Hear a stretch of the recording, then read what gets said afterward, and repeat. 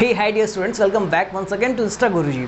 आज हम देखना किस टॉपिक को पढ़ने जा रहे हैं। आज हम क्लास 12 के सबसे आपके पसंदीदा टॉपिक अध्यारोपण के सिद्धांत को देखो पढ़ने जा रहे हैं। हर वीडियो के नीचे यही कमेंट, सर अध्यारोपण का सिद्धांत बताओ। तो आज अपन इस अध्यारोपण के सिद्धांत की देखो विस्तार से चर्चा करते हैं। क्या कहता है अध्यारोपण का सिद्धांत, क्यों हमारे लिए क्लास 12 के अंदर सबसे इंपॉर्टेंट क्वेश्चन ये बनता है, इस सब की देखो चर्चा करते हैं। सबसे पहले बात करेंगे भाई अध्यारोपण के सिद्धांत की जरूरत क्यों पड़ी, है ना। उस अध्यारोपण के सिद्धांत की जरूरत को महसूस करने के बाद हम फिर इस अध्यारोपण के सिद्धांत को देखो समझेंगे।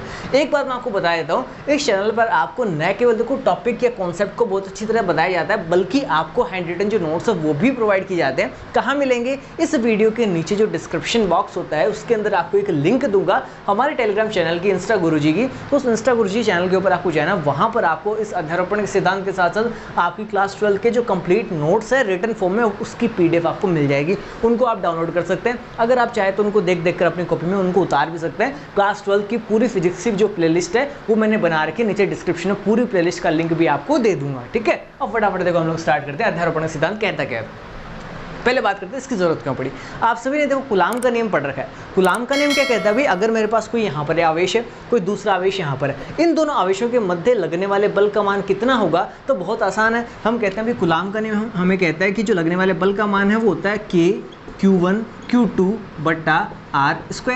ये सिंपल सी बात, हमने कूलाम का नियम पढ़ रखा है। अगर आप इसी कूलाम के नियम को सदिश रूप में लिखना चाहो तो आप इसको सदिश रूप में कैसे लिखेंगे, F वेक्टर बराबर K Q1 Q2 बटा R12 वेक्टर का स्क्वायर और इधर R12 कैप। इस तरह से अपन इसको सदिश रूप में लिख सकते हैं। ये कैसे है, अगर आप में से किसी ने कूलाम का नियम नहीं समझ रखा ना, कोई दिक्कत वाली बात नहीं, ऊपर आपको आई बटन दे रहा हूँ, उस पर आप क्लिक करोगे तो आपको कूलाम के नियम की बेहतरीन वीडियो जो है वो भी मिल जाएगी। ठीक है, अपन आगे बढ़ते हैं, क्योंकि हमें यहाँ पे इस वीडियो में तो अध्यारोपण के सिद्धांत को लेकर चलना है ना। तो अब देखो अध्यारोपण के सिद्धांत के लिए जो कूलाम का नियम है, इससे आगे हमें बढ़ना पड़ेगा। क्यों?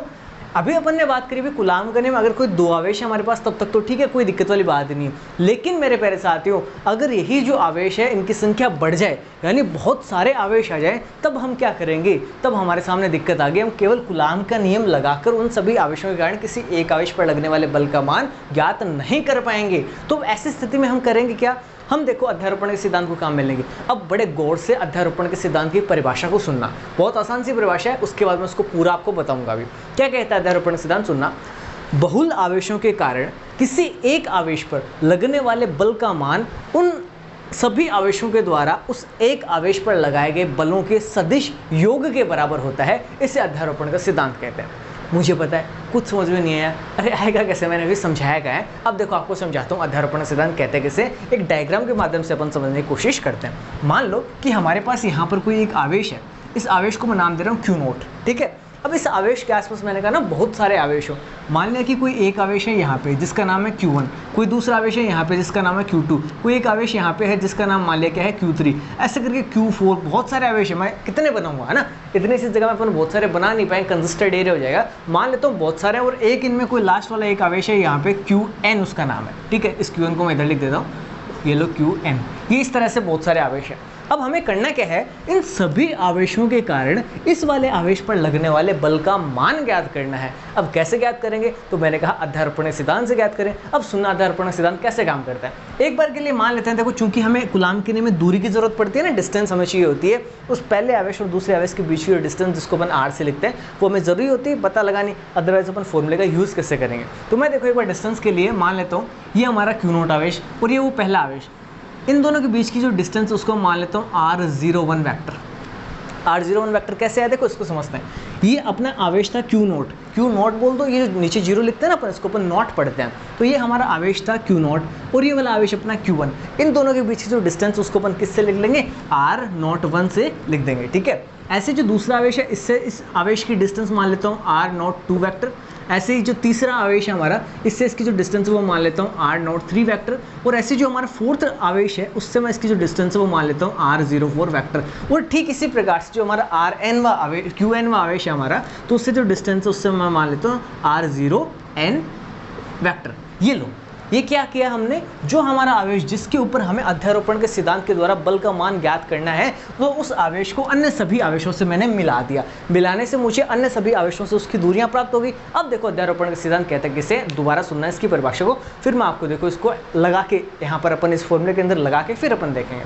दोबारा सुनना, बहुल आवेशों के निकाय के कारण किसी एक आवेश पर लगने वाले बल का मान अन्य सभी आवेशों के द्वारा इस आवेश पर लगाए गए बलों के सदिश योग के बराबर होता है। अर्थात जो हमने अभी भी हिंदी में बोली ना, क्या हम उसको थ्योरी को मैथ्स में रिप्रेजेंट कर सकते हैं? मैंने कहा 100% 100% कर सकते हैं। कैसे? मैंने कहा कि भाई इस वाले आवेश पर लगने वाले बल का मान, यानी जो हमारा बल है ना F, किस पर? F, जो Q0 हमारा आवेश है उसके ऊपर लगने वाले बल का मान, ये किसके बराबर होगा? भाई जो हमारा Q0 आवेश है इसके ऊपर ये पहला आवेश कितना बल लगाएगा? तो मैं लिखता हूँ F01 वेक्टर बल लगाएगा, प्लस जो दूसरा आवेश है वो कितना बल लगाएगा? तो मैं कहूँगा इसको F02 वेक्टर बल लगाएगा। ठीक इसी प्रकार से F03 वेक्टर, और ठीक इसी प्रकार से जितने आवेश है वो सब लगाएंगे। तो डॉट डॉट डॉट करके जो लास्ट वाला आवेश है हमारा nवां आवेश, उसके कारण लगने वाले बल का मान ये लिख दूँ। अब देखो ये तो अध्यारोपण का सिद्धांत है। जो मैंने थ्योरी में बात कही थी उसी को तो मैंने गणितीय रूप दिया है। दोबारा सुनना। बहुल आवेशों के निकाय के कारण किसी एक आवेश पर लगने वाले बल का मान अन्य सभी आवेशों द्वारा उस आवेश पर लगाए गए बलों के सदिश योग के क्या होता है? बराबर होता है। इसे कहते हैं अध्यारोपण का सिद्धांत। कितना आसान सा है। क्या मैं अब इसको गणितीय रूप दे सकता हूँ? आपको भी हाँ सर डेफिनेटली। जब आप इतना कर दिया तो इसको करने में और क्या जाता है। तो चलो अपन यहाँ पर f की जो वैल्यूज़ है वो रखते हैं ना। तो देखो f का फॉर्मूला हमारे पास बहुत सिंपल सी बात ये होता है। अगर मैं F12 की बात करूँ तो उसके लिए फॉर्मूला ये होता है। अब हमें किस किस के लिए बात करनी है? अब हमें F01 की बात करनी है, 02 की, 03 की, 0n की बात करनी है। ठीक है, तो वो फॉर्मूला अपन इनके लिए अप्लाई करते हैं। बहुत ही आसान सा है। तो मैं यहाँ पे लिखता हूँ F0 vector is equals to F01 vector के लिए देखो हम लोग देखते हैं। ये देखो सेम फॉर्मूला। मैं अगर इसको 1 2 के लिए लिखता तो मुझे ये फॉर्मूला ऐसा मिलता। अब आप लोग खुद देखना बड़े ध्यान से। मैं इसको 0 1 के लिए लिख रहा हूँ तो इस फॉर्मूला को देखो कैसे लिख रहा हूँ। K Q0 Q1 बटा R01 वेक्टर की स्क्वायर इंटू R01 कैप। बहुत आसान से, इसमें तो कहीं कोई दिक्कत नहीं है। प्लस क्या ठीक इसी प्रकार से मैं F02 के लिए लिख सकता हूँ? आपको किसका 100% लिखो, क्या दिक्कत है? तो मैं देखो लिखता हूँ इसको K Q0 Q2 बटा R02 वेक्टर की स्क्वायर और R02 कैप। कितना आसान सा। ऐसे क्या मैं Q3 के लिए लिख सकता हूँ? तो आपको यहाँ से बिल्कुल K Q0 Q3 बटा R03 की स्क्वायर और R03 कैप।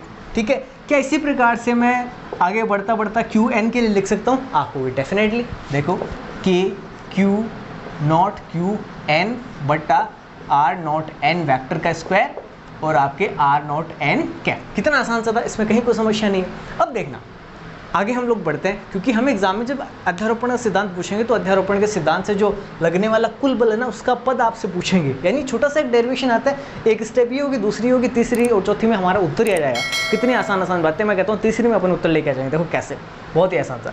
क्या आपको इस इतनी बड़ी समीकरण का, इतनी ठाडी जो समीकरण आपको दिख रही है ना, दिखाई दे रही है, क्या इसके अंदर आपको कुछ कॉमन भी दिखाई दे रहा है? मैं तो कहता हूँ हाँ भी मुझे तो दिखाई दे रहा है। क्या दिखाई दे रहा है सर? तो देखना क्या सबके अंदर K कॉमन आ रहा है? मैं कह रहा हूँ हाँ भी मेरे को सब में K दिखाई दे रहा है। क्या सब में आवेश Q0 कॉमन आ रहा है? तो मुझे भी हाँ यार सब में आवेश Q0 कॉमन दिखाई दे रहा है। चलो उसको बाहर निकाल लेते हैं। देखो मैं इसको बाहर निकालता हूँ तो F0 vector is equals to K बाहर आ गया, Q0 बाहर आया। क्यों? क्योंकि सबके अंदर कॉमन है और जो कॉमन होता है उसको अपन बाहर निकाल सकते हैं, कोई समस्या नहीं। अब देखो जो कॉमन नहीं है उनको देखते हैं।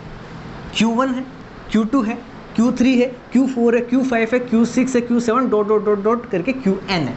यानी ये लगातार एक सीक्वेंस ही नहीं दिख रही है आपको, 1 2 3 4 5 6 करके n तक जा रही है, सीक्वेंस दिख रही है। नीचे देखना R01 02 03, यहाँ पे भी आपको एक सीक्वेंस दिखाई दे रही है।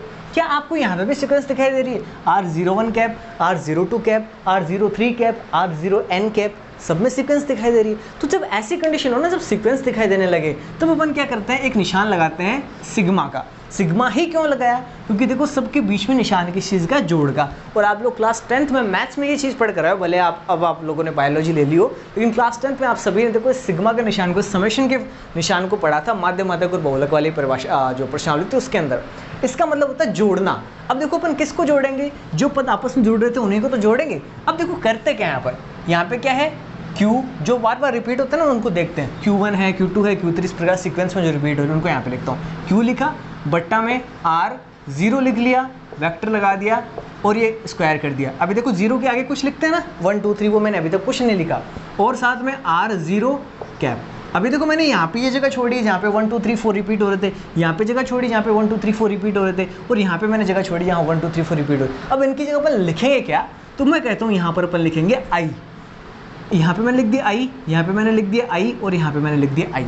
अब देखो आपको सिग्मा बनाना बता रहा हूँ, क्लास 12th में आने के बाद आपको सिग्मा बनाना आना चाहिए। ये क्लास 11 की बात है, अगर आपने क्लास 11 में नहीं सीखी ना तो बहुत बड़ी अपॉर्चुनिटी आपको दे रहा हूँ कि यहाँ पर आप इसको सीखिए बहुत ही आसान से है कि कैसे अपन किसी पद को सिग्मा के फॉर्म में कन्वर्ट करें, बहुत ही आसान से है। अब देखना आई का मान यहाँ पे 1 था, यहाँ पे 2 था, 3 था, 4 था, ऐसे तो चल रहा है। तो अपन क्या लिखते हैं भाई, आई का मान शुरू कहाँ से हो रहा है, हमने कहा 1 से हो रहा है, और खत्म जाके कहाँ हो रहा है, तो भी हम देखेंगे लास्ट में कहाँ तक जा रहा है मान, n तक जा रहा है। तो आई का मान खत्म कहाँ पे होगा, n पे, तो जहाँ पे खत्म हो उसको लिखते हैं अपन ऊपर। तो ये बन गया मेरे प्यारे साथियों किसका सिद्धांत, अध्यारोपण का सिद्धांत और उसका गणितीय फॉर्मूला।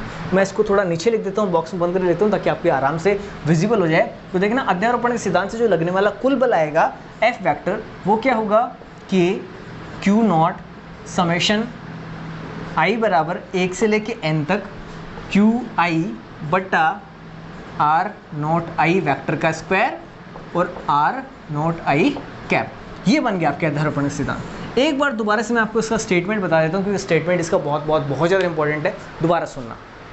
बहु आवेशों के निकाय के कारण किसी एक आवेश पर लगने वाले कुल बल का मान उन सभी आवेशों द्वारा उस आवेश पर लगाए गए बलों के सदिश योग के बराबर होता है। तो देखो अन्य सभी आवेशों द्वारा लगाया गया बल, उन सब का अपन ने सदिश योग कर दिया, और सदिश योग करने के बाद जो हमारे पास फाइनल रिजल्ट आया, तो यही क्या है मेरे प्यारे साथियों आपका अध्यारोपण का सिद्धांत। मैं कहता हूँ बहुत ही सिंपल सा टॉपिक था, कहीं कोई दिक्कत नहीं आएगी। इसके जो नोट्स है वो भी आपको देखो नीचे लिंक आपको मिलेगी, उससे आप प्राप्त कर सकते हैं, उसको आप अपनी कॉपी में भी उतार सकते हैं। बाकी इसमें कोई नोट्स वाली मेरे ख्याल से आपको जरूरत भी नहीं पड़ेगी।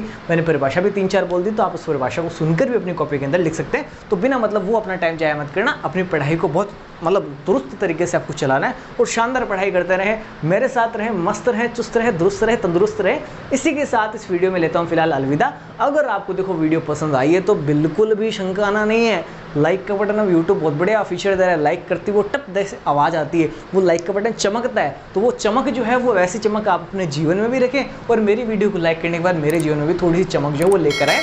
अपने फ्रेंड्स के साथ इस वीडियो को आप शेयर कर सकते हैं, अगर आप अच्छे इंसान हैं तो करेंगे डेफिनेटली। चलिए अभी लेते हैं अलविदा, धन्यवाद, जय हिंद, वंदे मातरम।